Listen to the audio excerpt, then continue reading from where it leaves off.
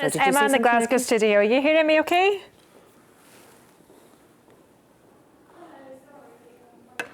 Hi Colin, it's Emma in the Glasgow studio. Are you hearing me? Yes, can you hear me okay? Good stuff, I am indeed. Excellent. What?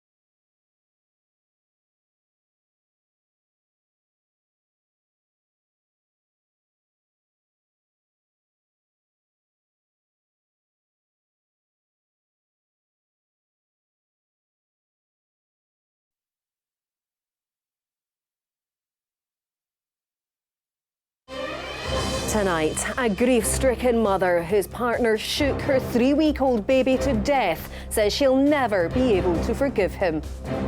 I'm glad it's over and he's getting a punishment, but then 8 years is not long enough. Like, obviously he took Michaela away and he gets 8 years.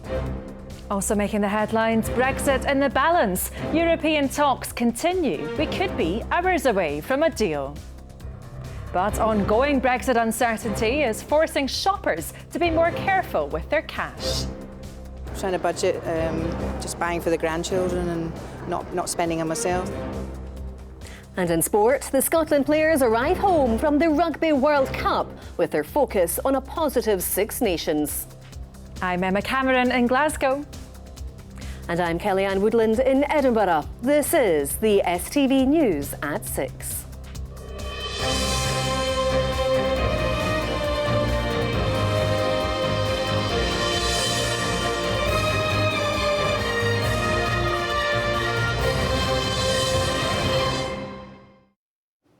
Good evening. A grief-stricken mother whose partner shook her 3-week-old baby to death says she'll never be able to forgive him. Thomas Haining killed baby Michaela by fracturing her skull. He was sentenced to 8 years in prison yesterday.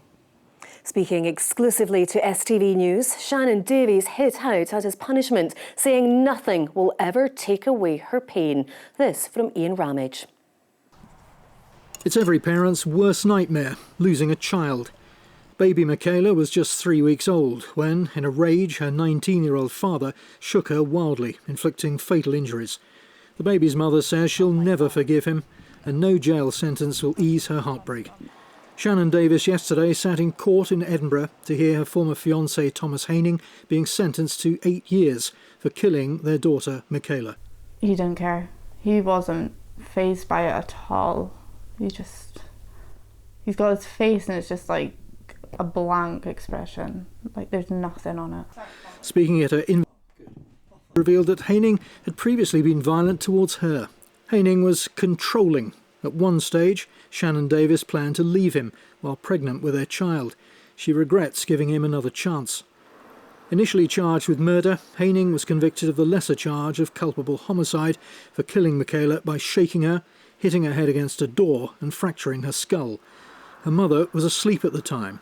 For days, she was in denial, refusing to believe that Haining had killed her until he was charged by police. That's when she really started thinking then, you know. But beforehand, she was just denying that, no, he couldn't do that, you know. He's not like that, he would never do that, he's his daughter. Shannon's mother said she was numb in the wake of Haining's sentencing and that 8 years was inadequate. It's only 8 years. It doesn't cut it.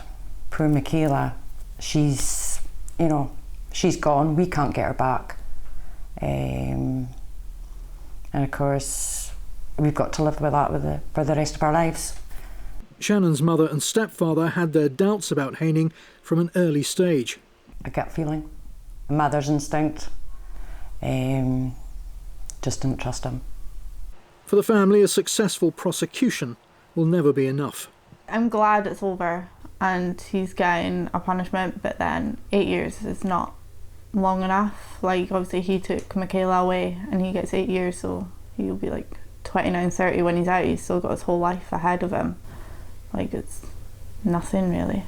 Ian Ramage, STV News. There are just 15 days until Brexit, and talks to agree a last-minute deal are still going on in Brussels and London ahead of tomorrow's EU Leaders Summit. Boris Johnson has briefed his cabinet but has yet to get the agreement of the DUP. The stumbling block remains the Northern Irish border. So to our political editor Colin Mackay, is it deal or no deal, Colin? That's the big question. It's the big question that people have been trying to answer all day, and to be honest, we're not really that much further forward. Simply, no one can answer that question at the moment. Now, there does seem to be some optimism coming out of Brussels tonight. The chief negotiator, Michel Barnier, was due to brief the EU ambassadors ahead of tomorrow's summit hours ago. I think that's probably taking place right about now. And the French President, Emmanuel Macron, has said that he hopes that a deal can be done at the very least by tomorrow. So that's what the view of, I think, somewhat more optimism from Brussels than it is certainly coming out of Westminster, because the Prime Minister has met with his cabinet in the last couple of hours. He says there's still outstanding things to be resolved. I think the biggest meeting he's had today, and he's got to have more meetings with them, is with the DUP from Northern Ireland, because there are big concerns about Northern Ireland throughout this process about I think now what it seems to be is about consent, the ongoing consent of the Stormont Assembly in Northern Ireland. Now, the DUP, you've got to remember, they blocked the deal under Theresa May. They could do the same again under Boris Johnson. And Colin, what's the reaction in Scotland then? Well, the Scottish Tory MPs haven't been specifically consulted, certainly separately, in the way that the DUP, for example, are being consulted. They have said in the past that any kind of different customs operation for Northern Ireland would be a red line for them. That simply is no longer the case for them. Now, the Prime Minister has spoken to the 1922 committee of backbench Conservative MPs, and he said that he thinks that the summit of this is in sight. He just can't quite get there yet. We heard from the SNP leader yesterday that her MPs will not be backing any deal that Boris Johnson brings back from Brussels, because they just don't think it's going to be a good deal for Scotland. But they will be meeting on Saturday, it looks like, certainly the MPs in the Commons, and they will potentially vote on a deal if Boris Johnson can get that deal. If he can't get that deal, then on Saturday he's going to have to send a letter to Brussels asking for an extension. He really doesn't want to do that. But at the moment, this really looks like it's going down to the wire, as is always the case with Brexit. If you were to ask Sir Alex Ferguson for his analysis, he'd say this is squeaky bum time. All right, Colin, many thanks for that. Meanwhile, experts say a lack of certainty from Westminster over Brexit is forcing shoppers to be more careful with their cash. They're warning that if trends continue, shops and brands across the country may face make or break decisions. Sales in Scotland have fallen for the 5th month in a row. The sharp drop of more than 2% in September compares to a fall in just 0.2% over the same time last year, as Sasha Spratt reports. As Brexit looms, shoppers continue to be haunted by life after the EU. Today's figures show we are spending less in shops and online. Food and essential items fell slightly, but it's the luxury goods that we are wary of spending our hard-earned cash on. We're just uncertain about what's going to happen, so, not moving house or not buying a new car. I feel like there's got to be cuts and I won't make as much money, so see what happens, but hopefully Brexit doesn't happen. Just try not to waste as much as we can. When it comes to your mortgage, you're kind of a little bit thinking what's going to happen in a couple of years' time.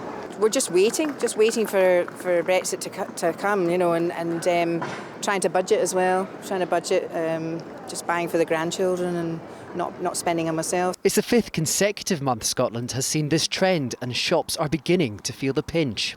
Brexit has become quite a big scapegoat for a lot of retailer failings actually over the past couple of years. It's been tough for a while. I mean, we can't just sit back on our laurels and expect customers to, as I said, walk in off the street and just place orders with us. We've got to make that experience as enjoyable for them as possible. Overall sales have dropped by 2.3%, but if we take away things like food and essential bits and pieces and focus solely on the luxury goods like tech and fashion, then it drops by 5.3%, and that includes online sales. The Scottish Retail Consortium says decisions need to be made at Westminster over the country's future to give shoppers the confidence they need ahead of the busy Christmas season. That's our big hope, is that consumers are saving up, they're preparing to do Christmas shopping. But what worries us is normally when we see real-term wages rising, that seems a rise in consumer spending. We're not seeing that at the moment, and we're very concerned that it's the uncertainty over Brexit, over the politically volatile times we've got. That's what's causing consumers to hold back. That'll be a real concern if it continues over the next couple of crucial months. With the big Halloween and festive spending season just around the corner, seasonal sales could help avoid a retail scare. Pumpkin sales are already up nearly a third on last year, ahead of Halloween. Sasha Spratt, STV News. A pensioner who left his wife lying immobile on the living room floor for 8 weeks without medical help has been cleared of killing her after jurors returned a not proven verdict. 77-year-old Neil Crilly, who said his wife Maureen had a fear of doctors and needles, walked free from the High Court in Glasgow. Her family have spoken of their anger. Susan Ripple was in court.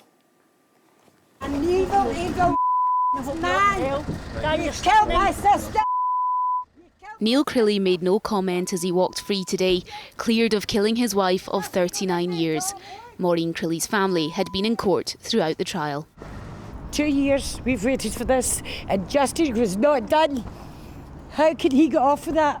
How possibly can he get off with it? Leaving my sister to rot in hell. That's what he done. He left her lying for 9 weeks. Couldn't he get up, couldn't eat. Said he put night dresses on her. She was left naked. What is this all about? What is it all about? 9 weeks. The 77-year-old was accused of his wife's culpable homicide by failing to seek medical help for her over a 3-month period in 2017. Maureen Crilly was found lying on her living room floor of their Clydebank home with a broken leg. She died in hospital from spinal meningitis after one of the sores on her back got heavily infected. The jury took just over 4 hours to reach their verdict, which was not proven by majority. Neil Crilly gave no reaction as he left the dock. During the trial, Neil Crilly said his wife had a fear of doctors and needles and begged him not to call for a doctor or an ambulance. Mrs. Crilly had a history of not showing up for medical appointments. She hadn't been to her GP surgery for 16 years. Her husband told the court he felt alone, with no help, and had to clean and cook himself.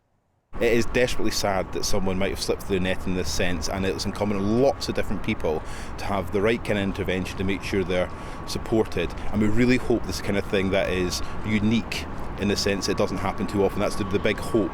But it's really important that people know where they can turn to get help, support and respite in care needs. Giving evidence, Neil Crilly sobbed and said he visited his wife's grave every day.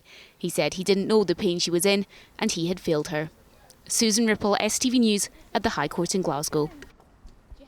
Preparations are well underway for Edinburgh's Christmas and Hogmanay festivals, but so soon after a bumper summer festival season and street closures for Hollywood filming, it's fueling long-running concerns about city residents being sidelined. The council and organisers Underbelly insist they're doing what they can to minimise disruption and strike the balance between looking after locals and welcoming visitors. Kay Nicholson has more. The full lineup for Bringing in the Bells in Edinburgh was unveiled last week, and this year a stage is returning to Parliament Square off the Royal Mile. For long-term residents like John, that's not an appealing prospect. He's concerned that some householders have to apply for passes to access their homes. Hogmanay in this area, when I first came, it was a very traditional thing, round the Tron Church. It was great. It was a mixture of tourists and locals. It's a wonderful place to stay, but it's turning into Disneyland. It's turning into a commercial venue where commerce and money rules everything else. To turn around and demand that the residents have a pass to go to their own houses that we own and pay taxes on is absolutely outrageous. Event producer Underbelly says that changes to the designated event arena are minimal. A spokeswoman said the team is working with the council to minimise disruption, and letters will be sent to all affected residents. 6 passes are available per household, but if a resident is planning a house party, extra passes might be given out if the Scottish Fire and Rescue Service and event organisers think it's safe. Applications open on the 1st of November. This issue feeds into wider concerns about the city centre, such as the growing number of traditional properties being rented out as holiday lets. Over the kind of past year, we've seen so much of the city being given over for commercial kind of uses, or for festivals, or for transient peoples, kind of tourists coming in, enjoying the city, which is fantastic. But public spaces have been taken away. The city has become so congested and so not poorly managed, but chronically undermanaged. It's eroding the community at a time when people are coming and wanting to experience the community. No one from Edinburgh City Council was available to go on camera today, but its culture convener wanted to reassure locals they'll get access to their homes. Donald Wilson acknowledged that the winter festivals do have an impact and called on residents to give feedback about their concerns. The theme for this year's Hogmanay is Be Together, but opinion is divided about how the city should handle events of this scale. Kay Nicholson, STV News, Edinburgh. The impact of child poverty is well known, but now a new project from Scotland's biggest teaching union is aiming teachers tackle the issues. The joint scheme between the EIS and the Scottish Government will involve a professional training programme for teachers on how to raise awareness of the challenges some children from less affluent backgrounds face. Around 1 in 4 children are living in poverty in Scotland. Let's hope this project across primaries and secondaries will help mitigate its effects in schools. Vanessa Kennedy reports. Not too fast. For mum of 3 and single parent Mary Broadway, the school holidays can be a challenging time. Trying to keep them entertained every day, and all the kids' activities, and there's lots for them to do, but unfortunately soft plays and stuff, the prices go up, and when you've got 3 and then you're buying food, it's really difficult. This club in Edinburgh puts on activities and provides free meals to support families dealing with daily financial pressures. For me, God, it sounds dramatic, but it actually is quite a lifesaver. Definitely takes the pressure off. They get their breakfast, they get their lunch. Around 1 in 4 children are living in poverty in Scotland, and with that figure set to rise in the next few years, there are concerns about the impact it could have on their futures. And that's why the Teachers' Union and the Scottish Government are teaming up to provide a new training scheme for teachers to help raise awareness of poverty and show them what can be done to minimise the damaging effects it can have. Things like, in terms of homework policy, do young people actually have a space where they can do homework? Does there need to be additional facilities put in there? It looks at practice around school uniform. Is it an additional cost that's going to impact disproportionately on people from impoverished backgrounds? So it's a very practical step to what schools can do to address some of the impacts of poverty. With tomorrow marking the International Day for the Eradication of Poverty, it's hoped the new scheme will go some way to lessen its impact on school children across Scotland. Vanessa Kennedy, STV News, Edinburgh. A man is in hospital after plunging from a balcony while threatening police in Kirkcaldy. Officers were called to a property in Fair Isle Road yesterday afternoon following reports of a disturbance. The 38-year-old made threats and then tried to climb down when he fell. He was taken to Victoria Hospital with serious injuries. Inquiries are continuing. Now, more than 20,000 bees have made the roof of an Edinburgh school their home. Working with Fountain Park Entertainment Centre, pupils at Boroughmuir High School have built 2 hives to try to boost pollinator populations and learn the art of beekeeping. Laura Alderman has more. Queen's marked with green colour. Oh, that is the queen. Top marks for finding the queen bee. It's not your usual high school subject, but lessons in beekeeping are creating a buzz amongst students at Boroughmuir High School, where 20,000 of the insects now live on the roof. I just find the bees really interesting. I used to get scared of bees when I was younger, I didn't want to get stung, but I've been stung now before and I don't really mind anymore. Well, I've always been interested in nature and wildlife and everything, so that was probably quite a key factor in it. And these 2 hives here are full of thousands of bees getting ready for the winter. It's part of a larger project which involves all departments in the school and the wider community. The hands-on project has been welcomed into the curriculum by school staff, who were specially trained before passing on their new skills to the pupils. Any eggs at all? A colleague and I had an interest in beekeeping and got involved ourselves initially, and then thought it would just be a really interesting thing to have at the school. The CDT classes have built the hives for us that you see behind us. HE have been making up bee food to keep the bees fed over the colder days, but most of them are just really excited and really keen to get involved, and everyone's dying to get a bee suit on. I think that's the main attraction. These Bodymuir bees are just across the road from another rooftop colony at Fountain Park.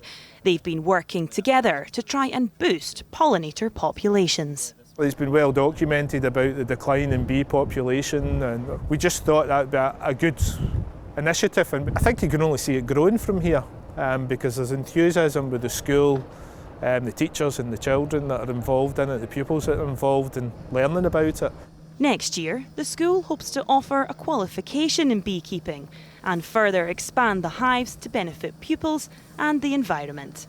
Laura Alderman, STV News, Edinburgh. Oh, wow. Now here's Ivana with all the sports. And what have you got coming up for us, Ivana? Well, we've got some lovely pictures of some of the rugby team coming home to Edinburgh Airport today. We'll also have some football, and we'll have an update on Andy Murray. This is for the winner. Oh, well, that was a cheeky effort. STV Sport, sponsored by Wholesale Domestic Bathrooms. Good evening. Stuart Hogg says the Scotland squad talked themselves up but didn't deliver in the World Cup in Japan. The Exeter Chiefs fullback was speaking as members of the squad landed home to reunite with their families. He said it was time for the group to refocus on the Six Nations after crashing out of the tournament in the pool stages. Back on home soil. Part of the Scotland team returned in emotional scenes today at Edinburgh Airport. But for the players, they're all too aware they're seeing their loved ones much earlier than they'd like. Oh, look, we're all pretty disappointed. I think we knew it was going to be a tough game, but we fully believed that we could win, and unfortunately we didn't perform well enough to do that. So yeah, everyone was gutted. Like, the boys care more than anyone else about how we play and how we perform and how we do. So we're fortunate we didn't attain our goal, but now, as I say, we'll be looking to bounce back, but we can't keep saying it, so we need to do it now. So that's the plan. That do-or-die situation against Japan in the final Pool A match heaped the pressure on the squad to perform, but the hosts were too good on the day, winning 28-21. The players insist that disappointment has to turn into focus for next year's Six Nations. I think, obviously we'll analyse where we've gone wrong over the last few weeks and get a rocket up our backsides and get on with it. I think, kind of we've talked ourselves up a lot and not delivered. So, for us, we've just got to concentrate on that first game and, first and foremost, the boys go back to their clubs and stay injury-free and get some rugby under the belts and make sure we're in the best place possible come February. A development in the ongoing war of words between the SRU and World Rugby by way of a statement saw the union question whether the matter warrants a misconduct charge and that they look forward to a fair hearing. Now, though, it's time for relaxation with family before the hard work starts all over again. Lovely pictures there. Well, Scotland under-19 boss Billy Stark believes the future looks bright for the national side after his team stunned Germany in their Euro qualifier. The 1-0 victory at Firhill moves them a step closer to qualifying for next summer's championships. And Stark is delighted with the progress being made across all youth levels. Here's Sheila McLaren. A Scotland win over Germany at any level is something to celebrate. Last night's victory at Firhill was one to savour for Billy Stark and his young team, and he believes it's a sign that the work behind the scenes is paying off. I think we had 8 or 9 starting last night that were performance school graduates. But I think the other thing about it is that some players are now getting first team football at a decent level. As I say, Chris Hamilton being an example of that, playing centre-half for Cowdenbeath just now, and I thought he was excellent along with everybody else last night. Rangers winger Josh McPake, on loan at Dundee, opened his account at under-19 level before half-time. Scotland also hit the post and defended resolutely to hold on for a memorable triumph. The result ensured Scotland leapfrogged Germany into top spot in their group, booking their place in the elite round as they bid to reach the European Championships in Northern Ireland next summer. And although the senior side's enduring a tough time at the moment, Stark is confident there are positive signs for the future. Scott's doing a great job with under-21s, building momentum there, top of the group. And as I say, we managed to qualify last night. Brian McLaughlin has the 17s in next week. And you know, that's all great news in terms of going forward. But you know, we know the national team is the most important, and that's what everybody lives off. And let's build on the San Marino result. Stark will now have to wait until March to get his players together again for the next stage. And after last night's performance, there will be few teams they fear. Sheila McLaren, STV News. Hibernian centre-back Siobhan Hunter says when it comes to the Scottish Women's Cup final at the end of next month, anything can happen. The current champions will take on Glasgow City at Tynecastle, but the 26-year-old says their previous league defeats means there's only respect for the opposition. I think obviously they've beat us now twice in the league, so it's difficult to go in thinking you're going to win quite comfortably. I think give them the respect, they're very good sides, but I think we are as well, so it's an exciting game for the neutrals to come and watch, get a support behind us, and I think anything can happen really in a cup game, so it's very exciting for both sides. Andy Murray will take on Uruguayan Pablo Cuevas after winning his first ATP Tour level match in Europe for 16 months as he continued his encouraging return from hip surgery. The former world #1, making his first appearance at the European Open in Antwerp, beat Belgian wildcard Kimmer Koppijans 6-4, 7-6. Finally, Glasgow City are in action in the last 16 of the Women's Champions League. It's into the second half and they're leading 2-0. Good evening. It's turning into a real battle out there, so only one thing for it. Time for an early bath. STV Sports, sponsored by Wholesale Domestic Bathrooms. Weather now, and Laura, I have to say it was a bit of a chilly one last night. So I take it you're going to tell us that we're all in woolly jumpers now. Yeah, jumpers, thick socks, hot chocolate, the works. It was really chilly last night. We actually recorded about 1.1 Celsius in Aviemore, so that is pretty much on the nippy side. And we've got similar temperatures on the way tonight. So yeah, pretty chilly. We're not having to scrape our cars just yet though, are we? Not just yet, but the models, they are at the moment showing a pretty substantial low pressure heading towards us. So that does mean a bit of rain on the way, some quite blustery conditions. So let's take a look at the full forecast.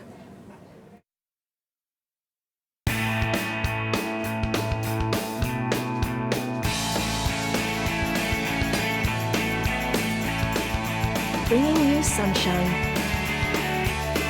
TUI sponsors STV Weather. Hello, good evening. Bit of a cloudy, damp sort of day today. Brightening up though towards the afternoon, particularly for the west. In the east though, still a few of those showers around. We'll linger on a bit there over in Shetland. But behind me, I'm afraid, another low pressure. You can see it just starting to track towards us, so more rain on the way by the end of the week. But for tonight, we do have a ridge of high pressure having a bit of an impact. That does mean clearer skies, but it does mean colder temperatures. We could be pretty much close to freezing in some of the rural areas, particularly in the north. For the towns and cities, though, we're holding up around 6 to 7 degrees, but it is feeling a bit on the chillier side. And a fresh start to the day tomorrow. Some brightness around to begin with, but we are going to see some rain bubbling up just from the southwest corner, largely more westwards, still holding on to some of that brightness, particularly around Edinburgh and the Lothians. Further west, we will see some of those showers developing a bit more on the heavy side, even a possible rumble of thunder mixed in there too. But temperatures picking up a little bit under that cloud, looking maybe at around 11 to 12 degrees, so not too bad. But more rain on the way by Friday. As you can see, some quite heavy showers, particularly in the west. Drier and brighter conditions, though, around Edinburgh. Take care. Bye-bye. Bringing you sunshine. TUI sponsors STV Weather.